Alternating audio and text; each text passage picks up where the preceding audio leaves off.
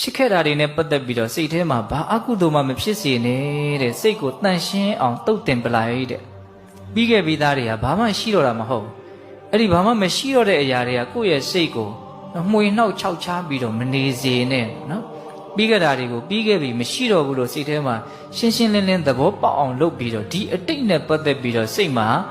အကုသိုလ်အညစ်အကြေးမတင်အောင်တနည်းအားဖြင့်တင်ခဲ့မယ်ဆိုရင်လည်းတန့်ရှင်းသွားအောင်ဆွေးကြောတုတ်တင်ပြလိုက်တယ်ယံပုပ္ပေတံဝိသောတေဟိ